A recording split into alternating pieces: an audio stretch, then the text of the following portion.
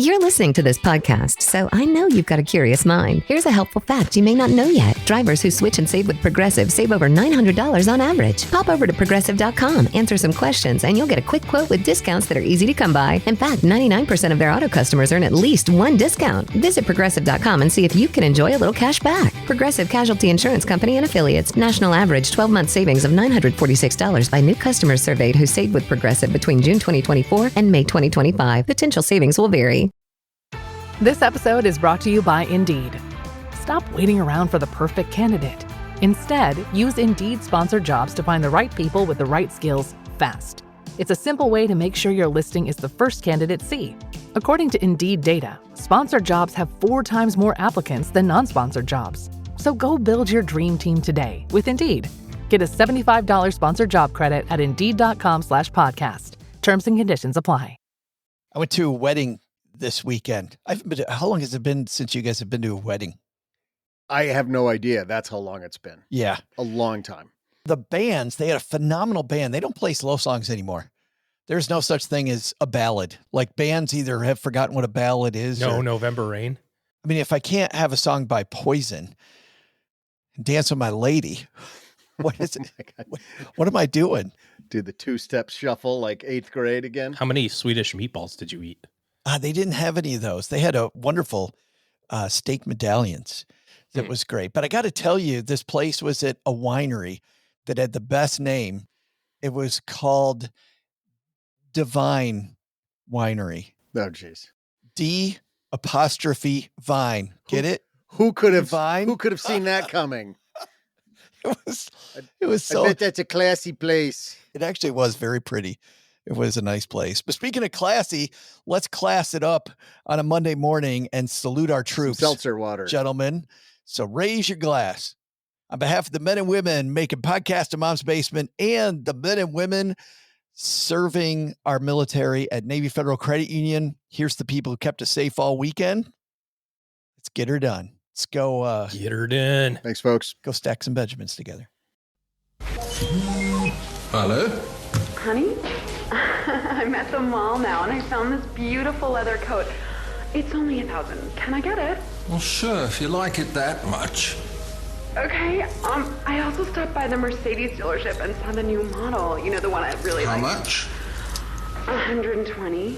Well, at that price, I want it with all the options. Great! Oh, and one more thing. The house we wanted last year is back on the market. They're asking 1.5. We'll make them an offer. But come in at 1.4. Okay. I love you, baby. I love you too. Okay, bye. Does anybody know whose phone this is?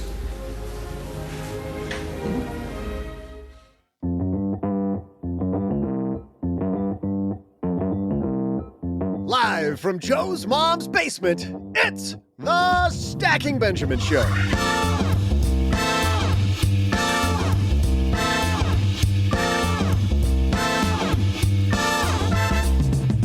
I'm Joe's mom's neighbor, Doug, and we're so obsessed with learning how to invest. What if we ask the question, how should we not invest? Today, we walk you through 10 doozies that'll help you clean up your portfolio. Plus, we'll answer a question from Stacker Cliff, who thought, I'd better call Saul. See hi and OG. He has a great question about investing on behalf of his mom. Oh, how nice, Cliff. I realized, I don't know why I sounded annoyed at Cliff when I said that. Because Cliff is making us all look bad. Yeah, that's it. Goody two-shoes, Cliff. Joe's mom had never, ever let us near her portfolio. Nope. So, you must be a gem of a son, Cliff. Show off. And then, you guessed it, I'll also share some homegrown trivia. And now 2 guys who wanted to buy a Lamborghini but opted for the more frugal Hot Wheels version instead. It's Joe and O-J-J-J-J-G. Inflation's going up with the cost of the Hot Wheels version, Doug. You have to make 6 easy payments. Klarna is involved in your Hot Wheels payment? You're asking, could I just lease it? What's the lease option on this deal? I won't even own the Hot Wheels. I'll just play around with it for a while and give it back 5 years later for the new version.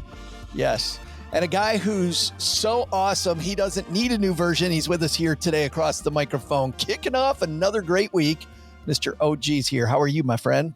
My existing version is already upgraded. Is that what you're saying? It's the new and improved. Who needs it? You are retro and stylish, right? I mean, come on. Fiore hoodies. Gotta love it. Cheryl swears by those. And by the way, the reason she They're does, so great. Doug loves them. We'll give credit where credit's due. We were at your house and Mrs. OG kept going on and on with Cheryl about how awesome Fiore was. And so we went immediately down to North Park Mall after leaving your house. And speaking of refinance your house, refinanced our house to buy some Fiore clothing, which, by the way, Cheryl wears nonstop. Yeah. Yeah. It's comfy. It's the thing. So good. Speaking of the thing, we got the guy who is the drip. Sorry, it took me a while to get it, but that's what my kids say. The drip. The drip. Is that the new thing now? The drip? Yeah, check my drip. Look at Doug. Doug's like, how's my drip, Doug? Your drip is not cool. Doug just got here from the doctor. He found out his drip needs some medication. His drip is infected. It means different things to different generations.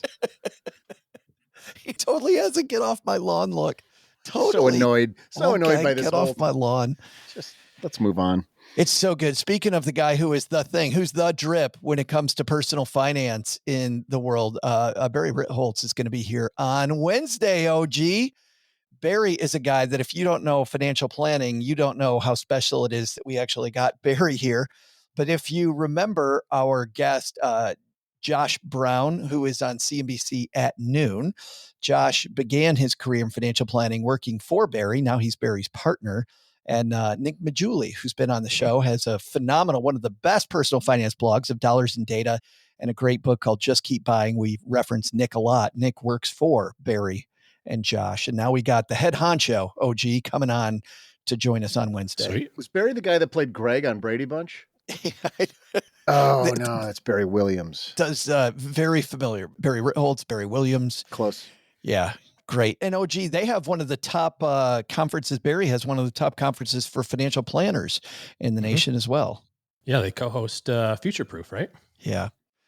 Fantastic. If you want to give good advice, you have to make sure that you're future proof. So we're excited that Barry is going to teach us how not to invest on Wednesday. So in preparation of that, I grabbed 10 of Barry's points, 10 of Barry's maxims about investing. And we're going to dive into those with OG today. And I think this is going to help you avoid some bad investments a ton. So sit back and relax. So happy that you found us. You know what? We've got a couple of sponsors who made sure that this show is free and you don't got to pay for any of this goodness. We're going to hear from them first. And then we're going to go through 10 of Barry Ritholtz's big points when it comes to remembering how to invest well. Wait. Don't do it. I just saw you about to hit the skip forward button. Don't do it. Listen to these. Or do it. Don't do it. Or, do it a little. You're not paying for a thing. Just listen to the ads. You'll go blind. If you skip the ads, you'll go blind. That's it. Stop hitting that skip button or it won't work anymore. You may not know that when we started Stacking Benjamins, it was a blog. And even then, just the startup cost, I remember thinking, is this the right thing? And what if I write things and nobody comes, right? Well, luckily, that didn't end up happening. But starting something new isn't just hard. It's terrifying. There's so much work. You're not sure whether it's going to work out. You're not sure if anybody's going to read it. And then we change it to a podcast. Is anybody actually going to listen, right? What if nobody wants all the stuff that we have? Well, had I used Shopify, it would have been even easier because with their expertise, their helpful tools, and their easy to use platform, that's something that would have made Stacking Benjamins more effective much, much more quickly. Shopify is the commerce platform behind millions of businesses around the world and 10% of all e-commerce in the U.S. Names you've heard of like Heinz and Mattel, Shopify, Gymshark, Aviator Nation, Allbirds, also all Shopify. Get started with your own design studio with hundreds of ready-to-use templates. Shopify helps you build a beautiful online store that matches your brand style. And best yet, Shopify is your commerce expert with world-class expertise in everything from managing inventory to international shipping to processing returns and beyond. And did I mention that iconic purple Shop Pay button? It's used by millions of businesses around the world. It's why Shopify has the best converting checkout on the planet. It also helps boost conversions, meaning less carts going abandoned and more sales for you. So you're stacking Benjamins much more quickly. Time to turn those what ifs into with Shopify today. Sign up for your $1 per month trial today at shopify.com/SB. Go to shopify.com/SB. That's shopify.com/SB. Dell PCs with Intel Inside are built for the moments you plan and the ones you don't. They're for those all-night study sessions, the moment you're working from a cafe and realize every outlet's taken, the times you're deep in your flow and can't be interrupted by an auto update. That's why Dell builds tech that adapts to you. Built with long-lasting batteries so you're not scrambling for an outlet, and built-in intelligence that makes updates around your schedule, not in the middle of it.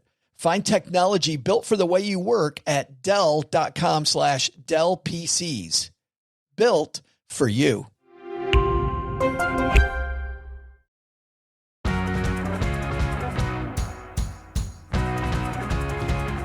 Well, we're super honored that Barry Ritholtz is going to join us. And OG, one thing that I thought would be way too long to talk to Barry about on Wednesday, because we have so much to get to, is Barry's 10 points when it comes to just understanding markets and people and how it works and the all the dangers that lie when it comes to investing. And I think that people think that it's all the big things that blow you up, and that somebody like Barry Ritholtz is going to spend his whole time on the Stacking Benjamin show talking about all these big, heady things that you as an individual investor aren't doing. But you know Barry well enough, OG, to know that's not at all what we're going to hear from him. We're probably going to hear some things, OG, that we've heard before, but that we've all violated over and over and over. Weird. You mean like financial planning and good financial management is just a bunch of like little things to do right? Is that what you're saying? It's crazy. I find that hard to believe. It's got to be one major thing though, right? It is funny because I don't golf, as you guys know. And when I do, OG takes a video of me golfing, and it's like, watch how to golf really, really, really bad and ugly at the same time. But one great lesson I learned about great golf is it's not, OG, about the great shot. It's not about doing things perfectly. It's about staying out of the shit. It's about if you just keep away from all the nastiness. Don't hit it in the water. Basically, just always hit it in the fairway and always hit it on the green. Just to keep out of the sand, the water, the rough, just straight down the fairway every time, and you'll be a good golfer.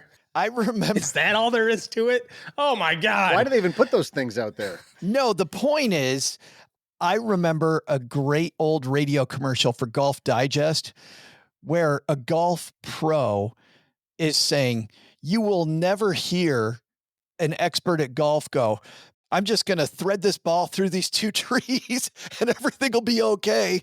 You never hear a pro say that. What do? They go for safety first. Yeah. And then stay out of trouble. A good analogy is what my brother always says when I'm in the trees and trying to make that shot. And he says, dude, if you were good enough to make this shot, you wouldn't be in the trees right now in the first place. That cuts to the quick, doesn't it? It kind of does. That's your older brother for you. So these 10 things that Barry talks about are things that you're going to say to yourself, stackers. I've heard those before. Mm-hmm. And this isn't about have you heard it. This is about what are you doing about it? What are you actually doing? Number one, on Barry's list of 10 here, OG, every bull market is followed by a bear market. And that sounds incredibly elementary, doesn't it? And then you're like, wait a minute. And to me, that sounds a little like some of those old Chinese proverbs where you're like, duh. And then you're like, wait a minute. Why has this been passed down through the ages for so long? And it's because people forget that every bull market is followed by a bear market. Sounds pretty pessimistic, right? I mean, like, I feel like there's got to be some more explanation there and not so much like waiting for the next shoe to drop. Is that the message? Like, get out now while you still can? That doesn't I seem. think it's that you learn that over time, bear markets happen. Bear markets are going to happen. People ask us all the time, what if there's a bear market? And your answer always is yes, it's coming. Yeah. It's like Game of Thrones. Winter is coming. Bear market is coming. And I think, OG, once you realize that every bull market's followed by a bear market, you become a more resilient investor. And last week with Molly Fletcher, we talked about the value of resilience. And it's hard to be resilient when you think that your chart is always going to go up and to the right, consistently up and to the right. That's when you start to run into trouble.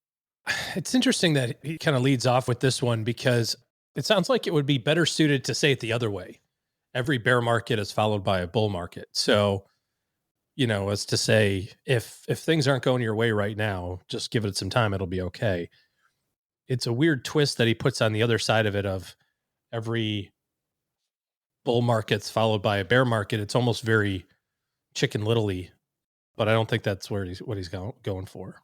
No, but I do think, you talk about the fire drill, right? And about, hey, if the market goes down, we got to know what we're doing. We want to prepare for that. I mean, look at how many people, with the market doing all this fluctuating the last few weeks.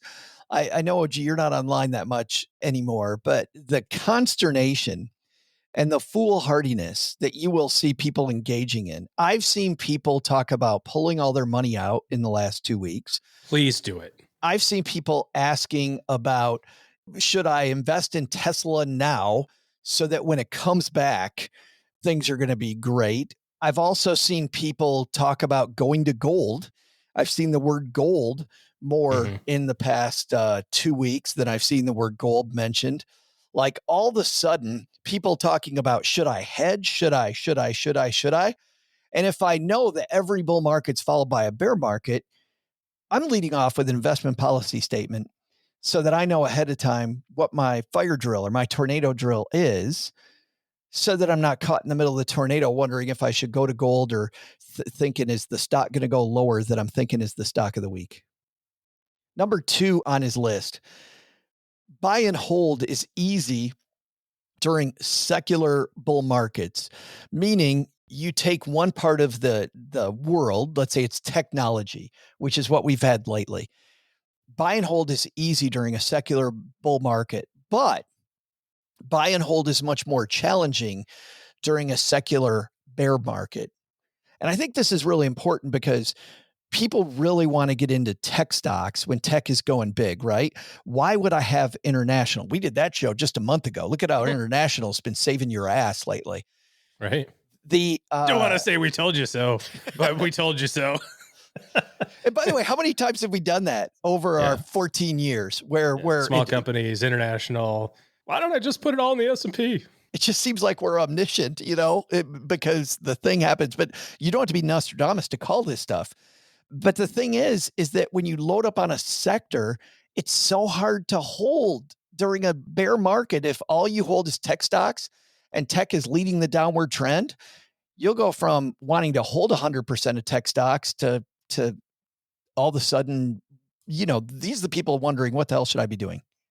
I don't even think about it like an individual sector component. I mean, just straight up investing during a bear market, which, for the record, we're nowhere near right now. The S&P officially a week ago ticked into correction territory, which is -10, and then promptly was up. I don't know what it was last, 2 Fridays ago. It was a banger day all of a sudden. Had a good day, yeah. But that doesn't mean anything. It doesn't mean like, oh, well, that was all there was. It could mean that's the beginning of, another 10% decline. None of this actually matters in the grand scheme of your money, because the reason that holding positions during a market decline is challenging, or would be challenging, would be if the timeframes for your goal are not aligned to the timeframes of your money. When you see your portfolio go down, or you see a sector or a section of your portfolio go down, and that causes concern, it's probably because the money that you think you need is misaligned with the time frame in which you need it. If you need the money in the next 5 years, this is your kid's college money, and it's down 12% in the last 2 weeks, and your kid's a sophomore in high school, Yeah, I'd be concerned too. You know why you're concerned is because you need the money in 3 years and you have it in a 10-year investment. You gambled with that. You said, I'm going to put this money here.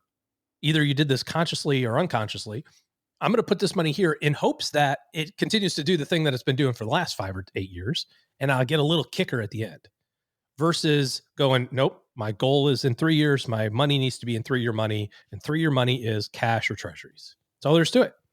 One of the things that made me saddest that I saw online out of all the crazy stuff I saw online was a woman who said, what horrible timing for this to happen. We're only 4 years away from retirement. And to your point, my initial thought was 4 years from retirement should not matter, specifically because of what you're talking about. Now, don't get me wrong. If it's a prolonged downturn and one like we've never, ever seen before, could still be a problem. However, I don't know because I don't know the person, but I'm 99% sure this person's consternation is all around the fact that they've got money they want to spend in 4 years sitting in the wrong spot, OG. Well, that, or they have 90% of their money in 5-year plus, which is what they probably should have, and are focusing on the fact that that's, 5-year, 10-year money and it's going down and really shouldn't care about that. That should, gotcha. That should give you lots of comfort going, oh, that's my 10-year money that's down 10%. Whatever. I'm good. I don't care. That's the money I need in 2035. You can do whatever the hell it wants to do.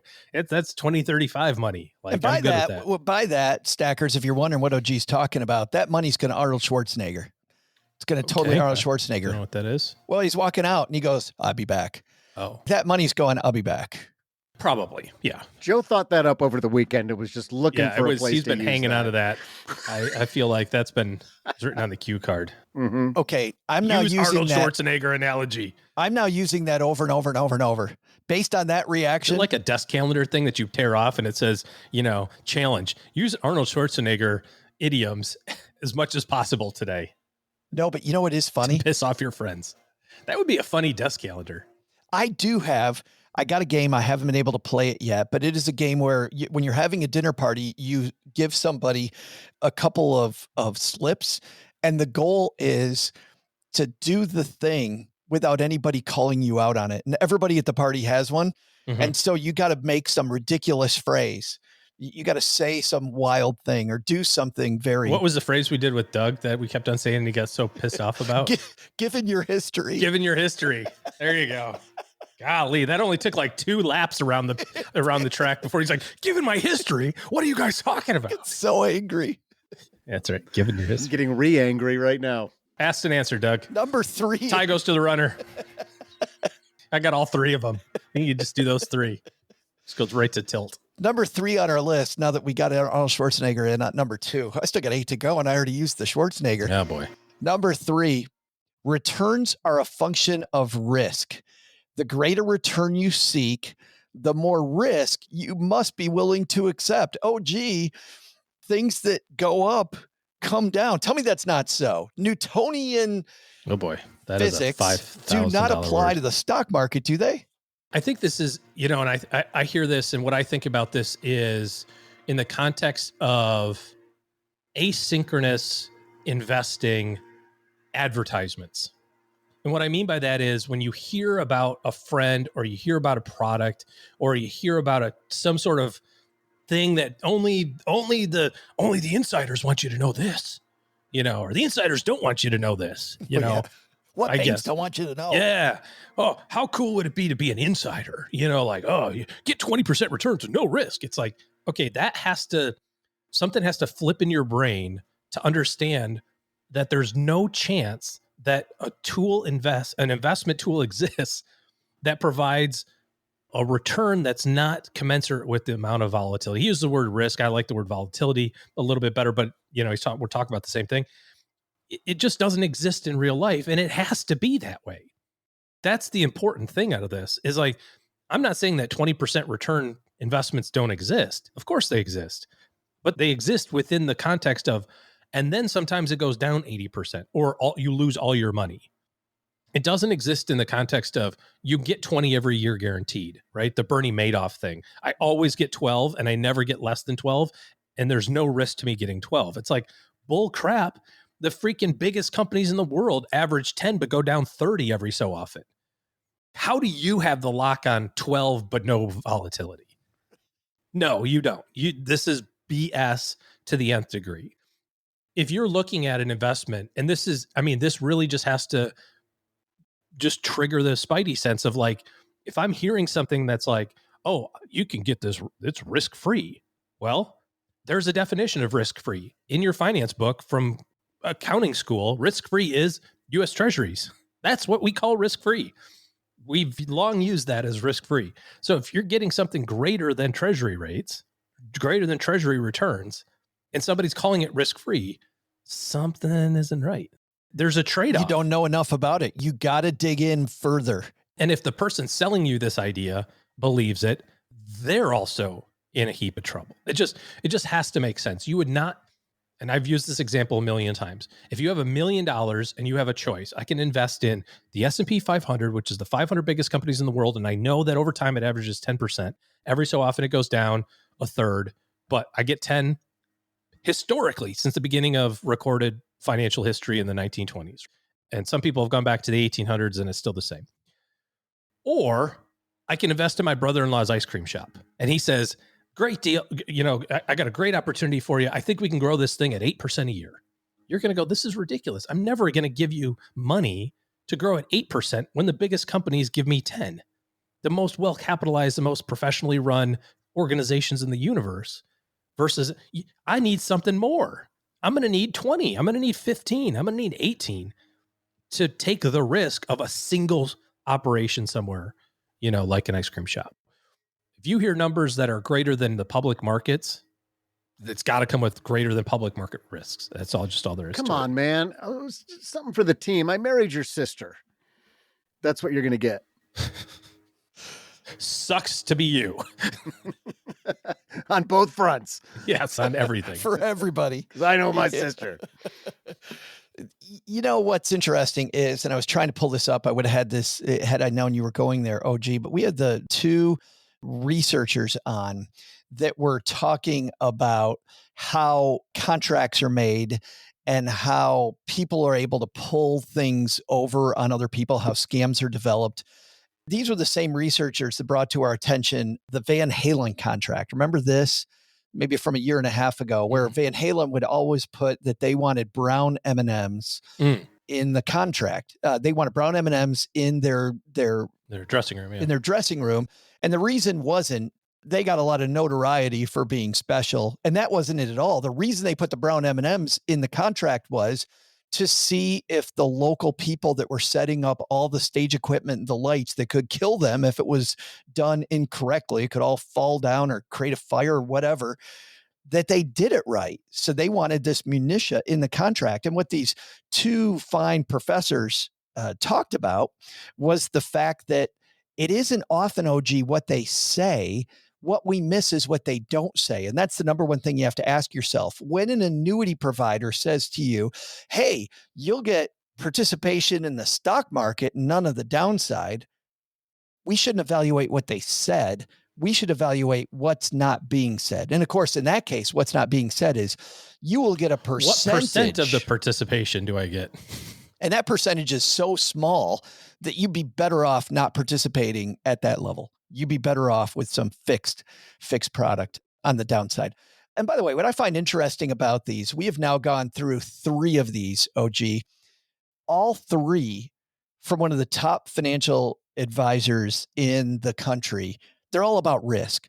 All he's talking about here is risk. And you think about it, the average do-it-yourself investor thinks about opportunity. Top financial advisor, what's the risk? How do you manage the risk? How do you mitigate the risk? Because I think the important thing here is you got to stick with your plan. And if you understand the risk in your plan, I think you're going to do a better job of sticking with it. Number 4 on here, and I think this is really important. Valuation matters a great deal. And I thought about this because I thought, okay, for a long-term investor, do we worry about valuation? And I think the answer is yes. And the reason isn't what's the valuation of the stock market overall. I don't think we can play that game because then you're getting in and out, and everybody knows you can't play that. But This is the reason why, because he's right off of talking about sectors, right? You don't sector bet because it's hard to stay with a sector only when things go down. The cool thing about being in broad-based index funds is that when one sector has valuations that are off of the charts, your widely diversified fund is naturally going to pull away from these highly overvalued areas. And the water's going to flow downhill to areas of the market. And guess what you get to do, OG? You don't have to do anything because your sector will naturally rotate to the area that is now in vogue.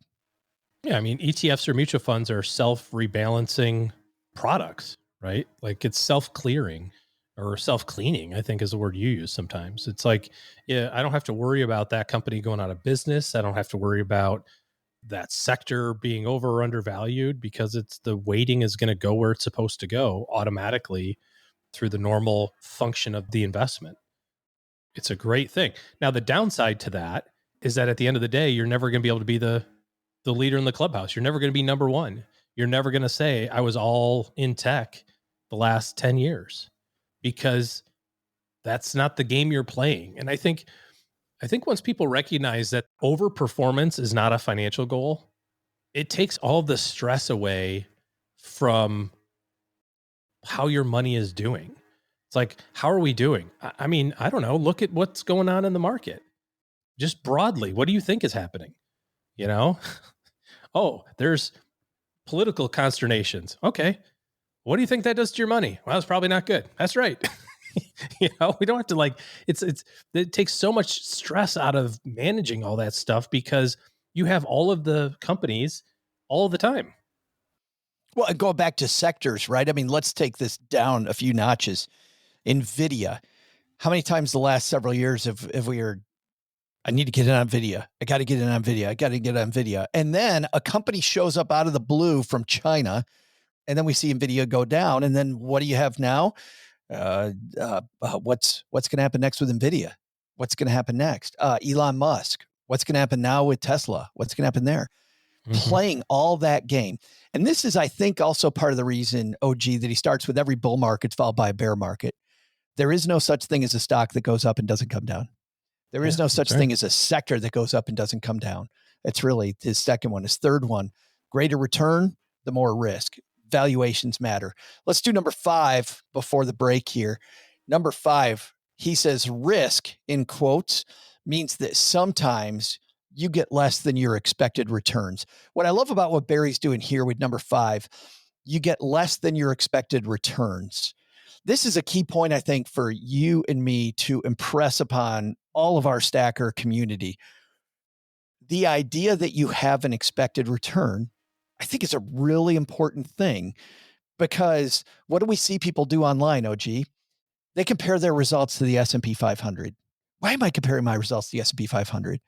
Why don't I begin with the goal, know what return I need for the goal, and then I'm creating a portfolio that's based on that expected return? I think there's a fair amount of the investment community that goes I don't have expected return.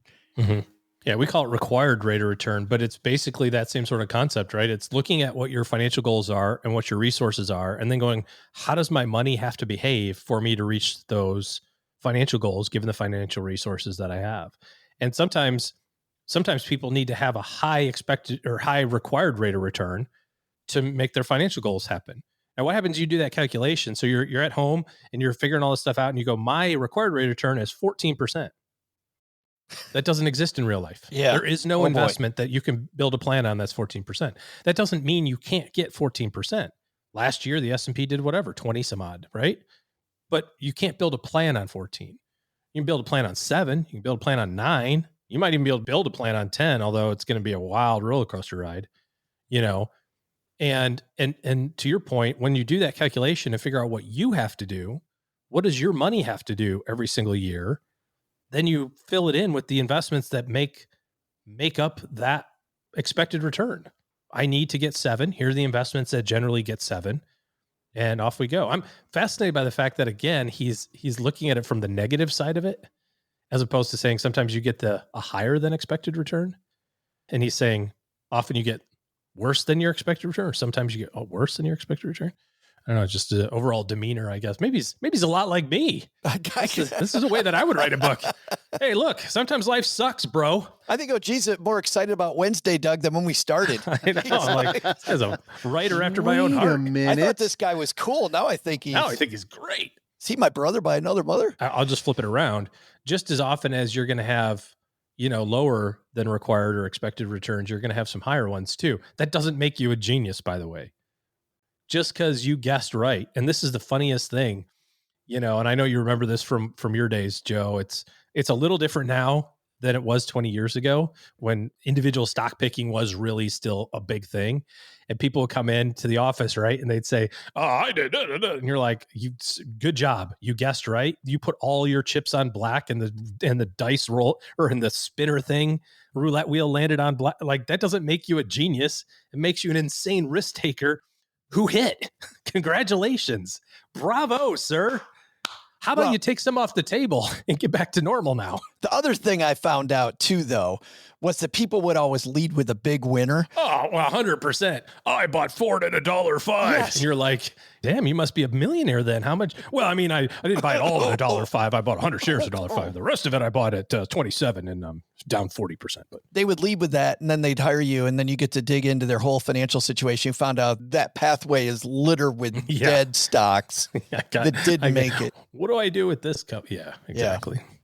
Coming up after Doug's trivia, Barry has 5 more, which are also... 5 more? I thought you said there's 8 total. There's 10 total. Oh, my God. Which are also, to OG's delight, equally pessimistic as the top 5. So buckle up as OG gets giddy in the second half of today's show. But Doug, what's on tap for our trivia today, my friend?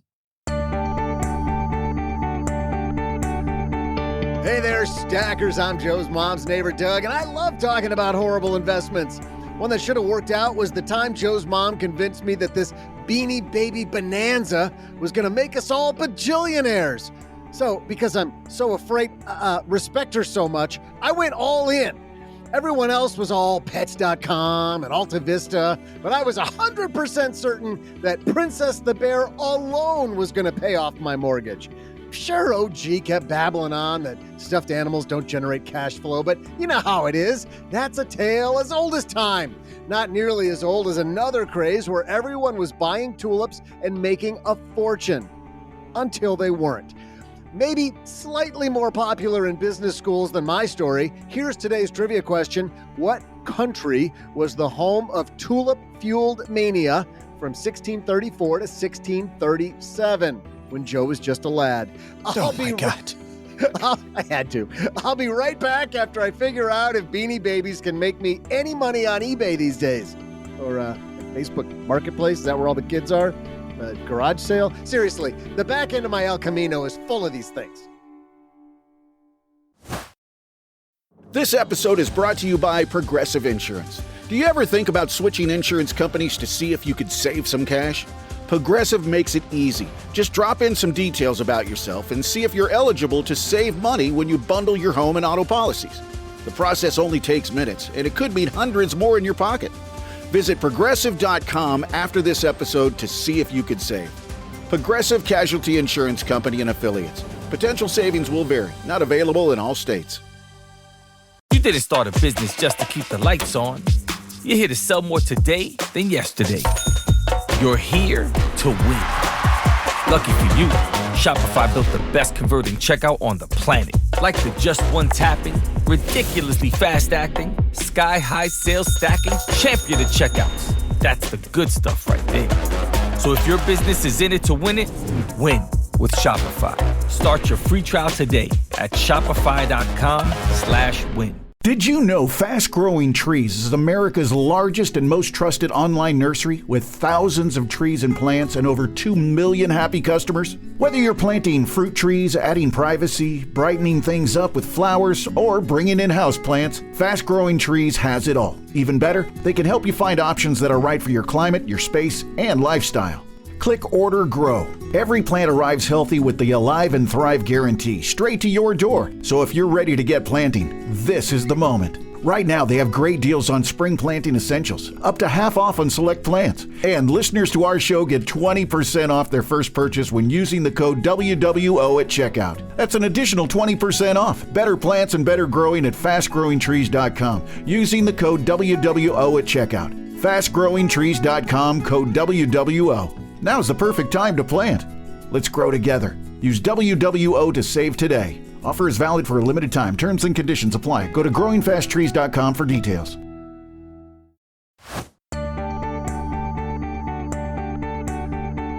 Hey there, stackers. I'm Plush Animal Lover. Oh, I don't like the way that sounds. And guy who thinks you shouldn't believe Beanie Baby fever is over, until you buy about 40 of mine, Joe's mom's neighbor Doug.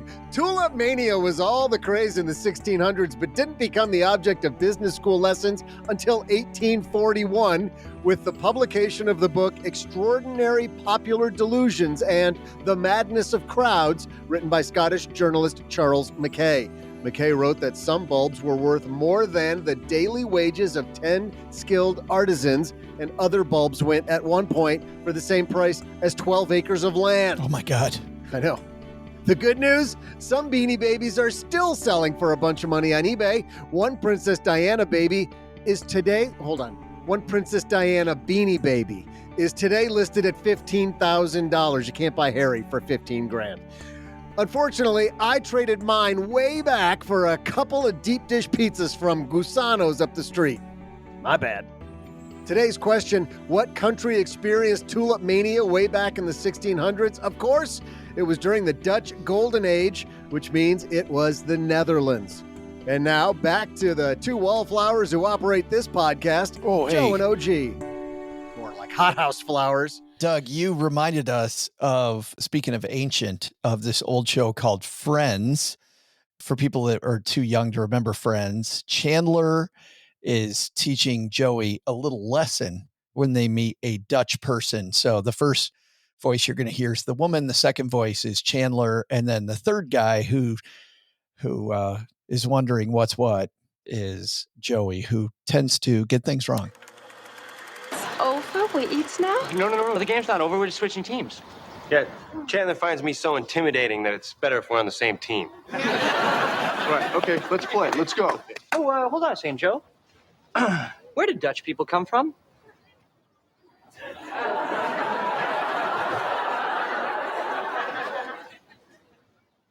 Well, the Pennsylvania Dutch come from Pennsylvania. And the other Dutch people, they come from somewhere near the Netherlands, right? Nice try. See, the Netherlands is this make-believe place where Peter Pan and Tinkerbell come from. Oh, my. Oh, my. Is all she can say. Isn't it? That's not true. Apparently, that's not true. Netherlands is a different place. Thanks for that one, Doug. Let's get back into it. The bottom 10 on Barry's list when it comes to his investment maxims. Number 6, OG, the business cycle exists and recessions occur regularly. I love how he starts out with the business cycle is a thing. Mm-hmm. It's not a fad.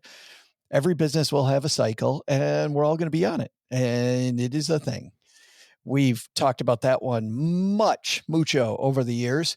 Number 7, markets are subject to bouts of extremes. They are, after all, just crowds of people where emotions sometimes prevail over logic.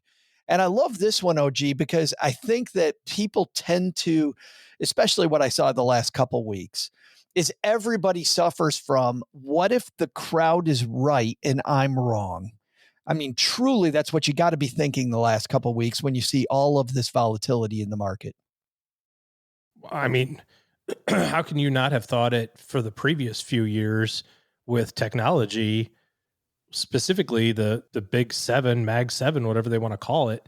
And if you were diversified, right? Well, maybe the old companies aren't working anymore. This maybe is why I don't need international. Maybe I should have all my money in technology. Maybe, I don't know. I heard this example and I hate to use it because I think it draws us into a different discussion. This is always the lead into, Doug, this is the lead into, but I'm going to use it anyway.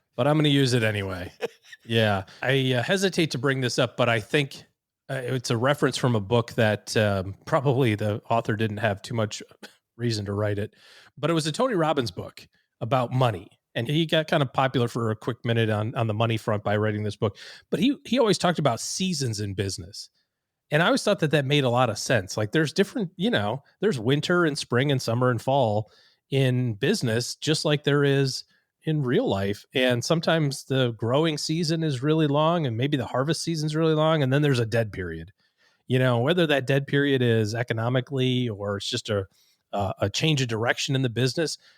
We've done it with Stacking Benjamins, right? Famously changed the whole tenor of the show. And it was like winter for a while. It's like, well, this is the dead period where we just change everything up and tomorrow we'll stop planting again. So to think foolishly that either this will always continue to be summer and it will never be fall or winter again is silly, or to think it's winter and it will never be spring again is also foolish. I mean, there's definitely times in the Great White North that you think, well, this might be it. It might never be spring again, but it always shows up eventually, sometimes a little later than you expect, but at some point. But it's, seasons of life and seasons of business makes a ton of sense. And just do yourself a favor and just remember, if you're getting 25% a year for 3 years in a row, that's fantastic. However, winter might be coming. And if you're in the winter and you go, well, this is minus 20s and it sucks and it's never going to get out, it'll be okay. Little Annie said the sun will come up tomorrow. You can bet your bottom dollar that tomorrow. I thought Doug would just launch right into it. Start just crooning for us, but nope. Your point that you made, OG, is also Barry's number 9. Extrapolating the current trend to infinity or to zero is foolhardy. You shouldn't do it. Don't take the thing and think it's always going to be the thing. Speaking of that, it's funny. Tina on our team sent me something that at the time there was a lot of consternation about. This is how people reacted in 1993 when at Burger King, they decided to try something new and everybody was sure this was the end of the world. All right, let me see. What will it be? We're here to go. Would you like ketchup on that? Well, large or small fry? Cash or credit? What? The home of the Whopper is offering cash or credit. I think it's pretty bad if you have to use a credit card when you go to a fast food restaurant for something as little as $3.10. If I use my GM card, I get a 5% rebate. Thank you. If I eat here long enough, I'll be able to buy a pickup truck. Burger King bosses say workers won't have to figure out how much change the customer gets back. I just hope it doesn't slow things down at the cash and carry, that people are going to be having to call New York and get the confirmation or, whatever it is. Because when I want a Whopper, I want it now. Just another way to spend money. I'm sure it'll work for people on vacation when they don't have to do something, but I can't imagine it working on a day-to-day basis here. So far, the smallest credit has been for $2.50. The largest, just over 10. Jamie Costello, News Channel 2. News Channel 2 at the time. The shock of shocks, Burger King accepting credit cards. And you know how much consternation people had about, this is going to be the end of the world. This is going to be absolutely horrible. It's funny that it's gone the other way now. I was going to say, I can't remember a time I didn't use a credit card. Places that switch from credit card to cash only.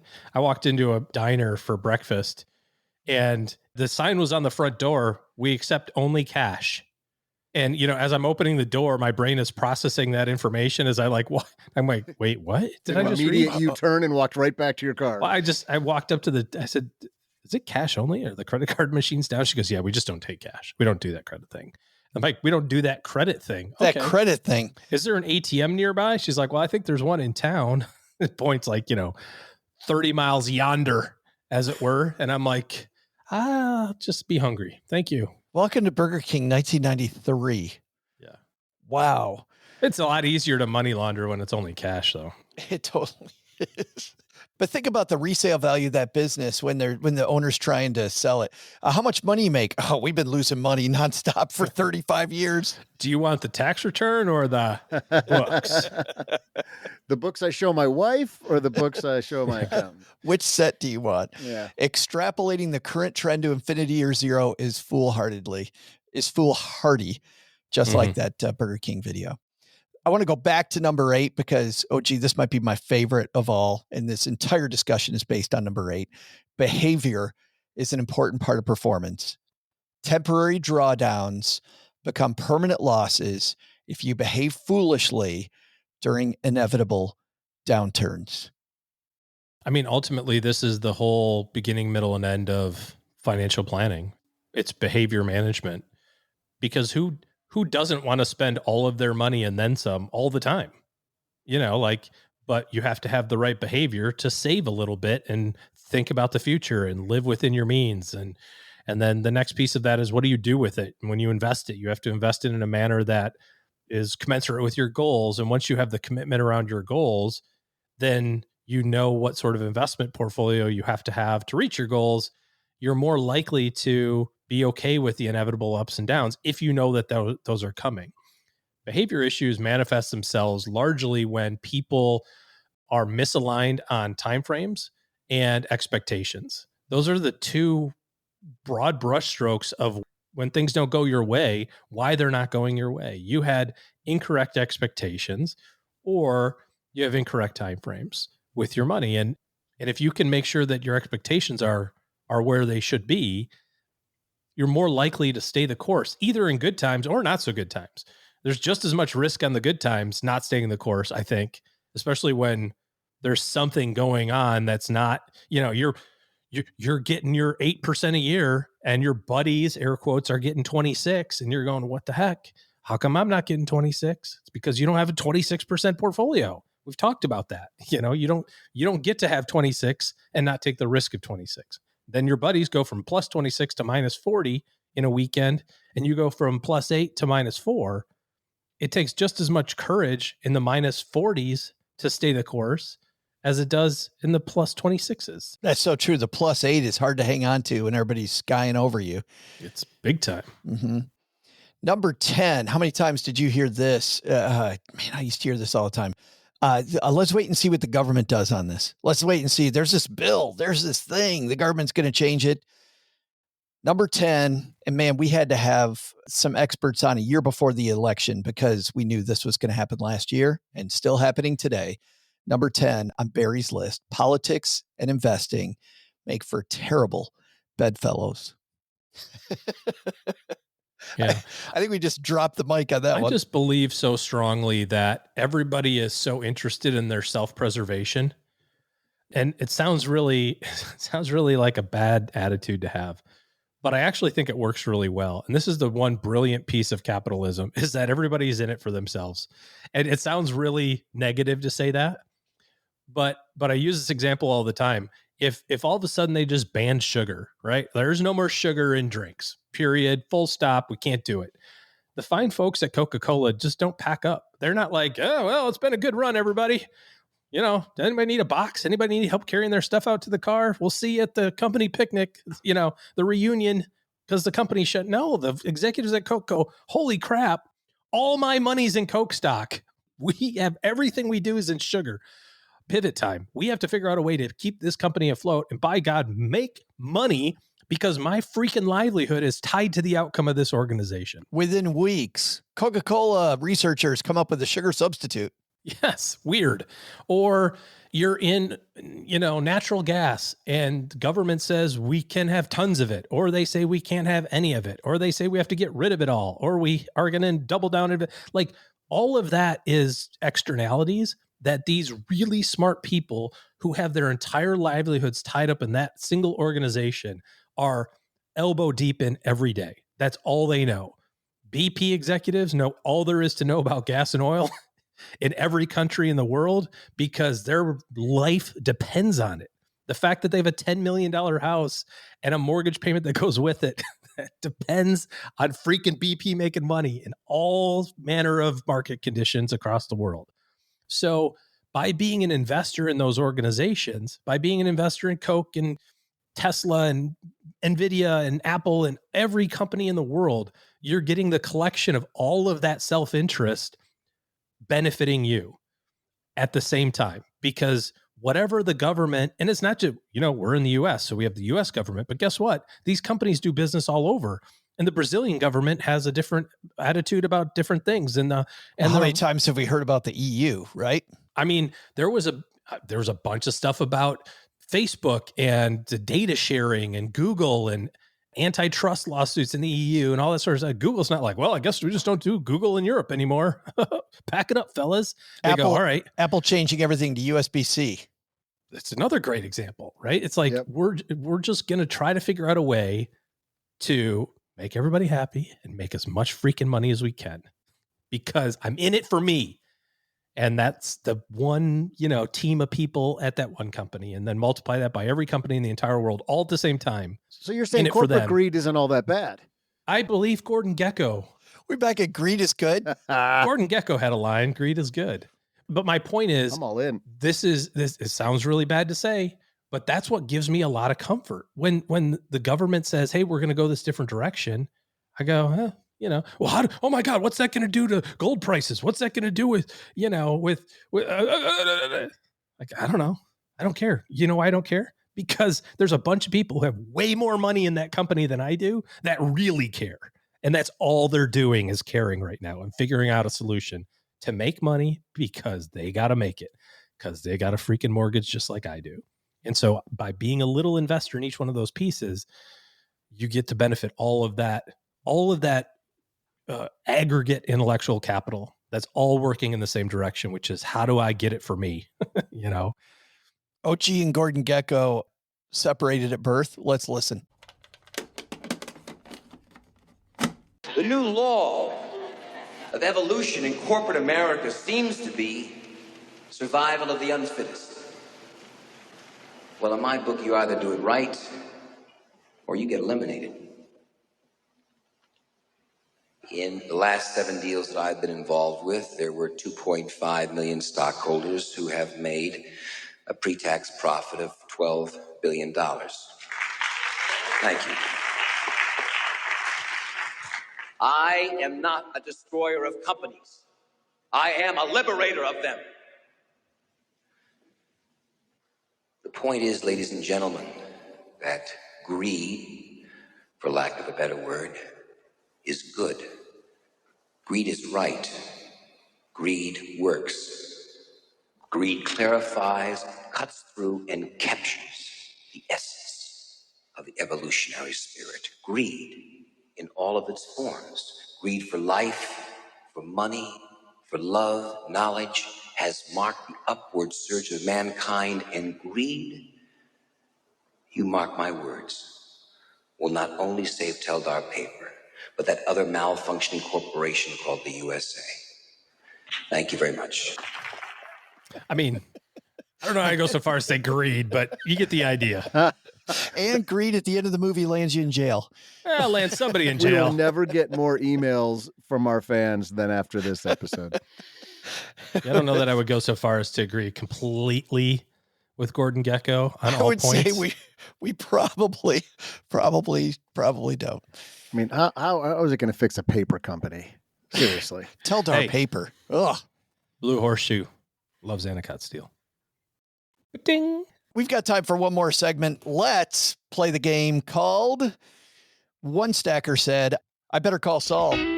C-High and OG. This is where we shine a light on a stacker who's hoping against hope that OG can swoop down and come to his rescue. And right now, we're going to shine that light on Cliff, because Cliff just wants to help out Mom. Hey, Cliff. Joe, OG, and Doug, I have a question. I could Google it, but I want a free shirt. My mom, 84-year-old mom, has around $3 million in a Vanguard standard brokerage account, mostly index funds, but over a third of it is in bonds on the advice of Vanguard. Mostly tax-exempt bonds. My question is, why would they suggest this? My mom is saying she thinks it's because of the tax-exempt advantage. I'm not so sure that makes a whole lot of sense. I'd appreciate any feedback. See you. Thanks for that, Cliff. A lot of tax exempt bonds in the portfolio from the pros. What are they thinking, OG? I don't have the foggiest idea. I mean, there's so much here that is unknown, specifically around the goals that mom has said that she wants for the money.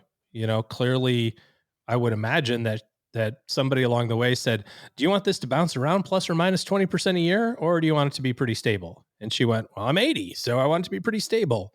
And then off they go and ends up with a pretty conservative portfolio. Although, did he say a third of it? So that could be, you know, like that could be like a 70-30 mix of equities versus fixed income, which honestly is not awful.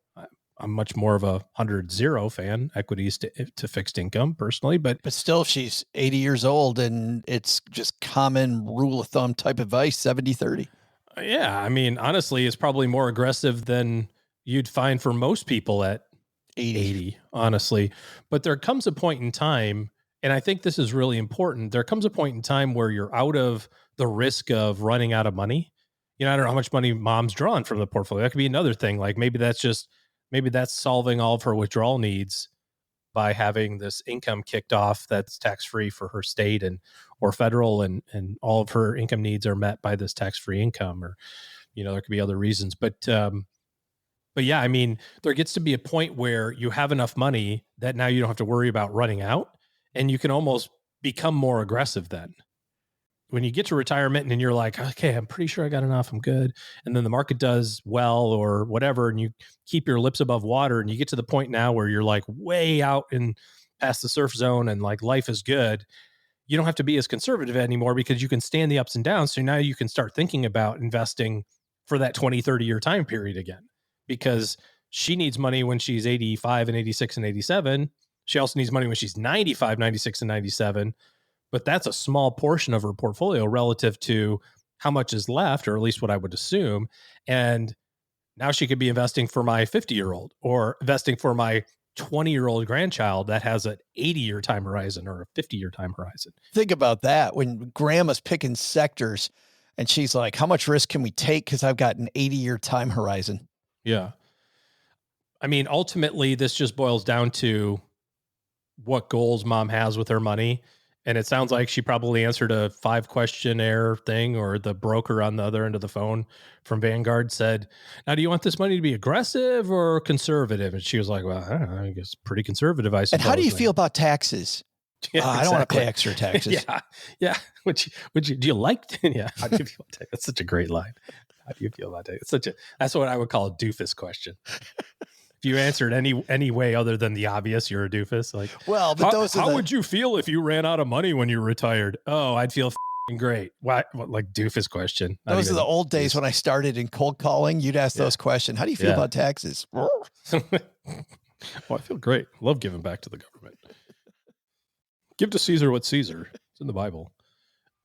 Anyways, I mean, if she's 70-30, it's probably not the end of the world, honestly. Thanks, Cliff, for the question. You know what comes with that answer? Gertrude, mom's friend Gertrude, who operates the machinery, is clearly the puppet master, is going to send you a code so you can go to the Stacky Benjamin store and pick out your swag. So thanks for the call, Cliff.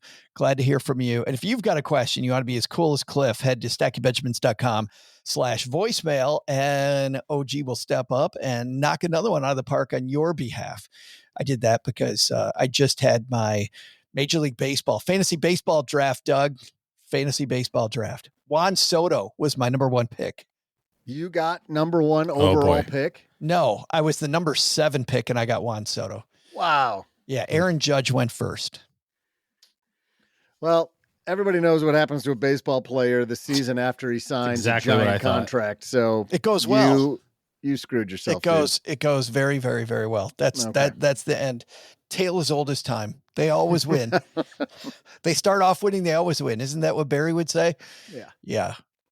Jazz Chisholm was my second pick. Beg your pardon? Jazz Chisholm.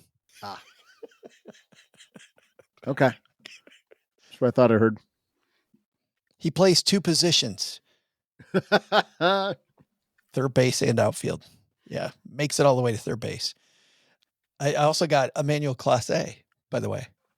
Okay. This is boring. How about that? What? You're a baseball fan. I know, but not everybody You don't like listening Class is. A? They don't care that you got No? a third baseman. Okay. Anyway. He's probably going to be injured by June.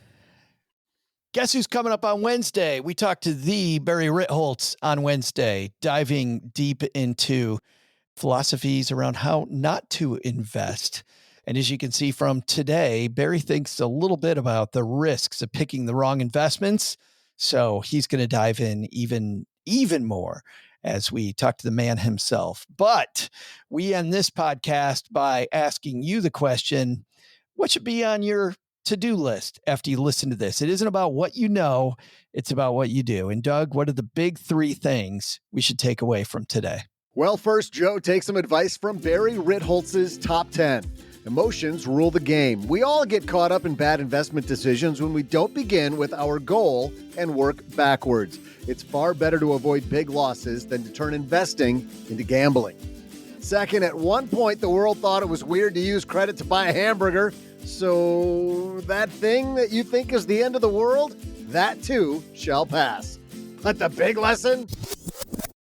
Next time, forget Beanie Babies. I'm going all in on Funko Pops.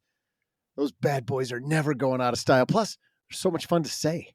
Funko Pops. This show is the property of SB Podcasts, LLC, copyright 2025, and is created by Joe Saul Seehive.